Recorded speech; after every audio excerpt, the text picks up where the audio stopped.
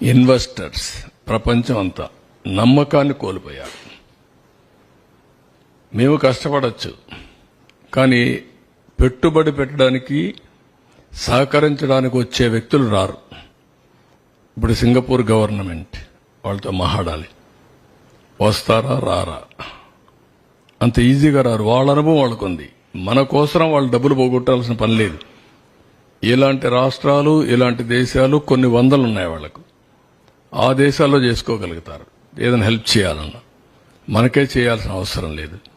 రెండోది, పెట్టుబడులు పెట్టే వాళ్ళందరికీ ఈ రోజు బాగానే ఉంది, మళ్ళా ఈ భూతం ఇక్కడ ఉంటుంది కదా, ఈ దుర్మార్గుడు ఉంటాడు కదా, ఉన్నప్పుడు రేపు కథ ఏంటి, మేమెందుకు రిస్క్ చేయాలి మీ రాష్ట్రానికి అనే ఆలోచన ఉంటుంది.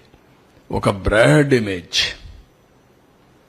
మొత్తం సఫర్ అయిపోయింది.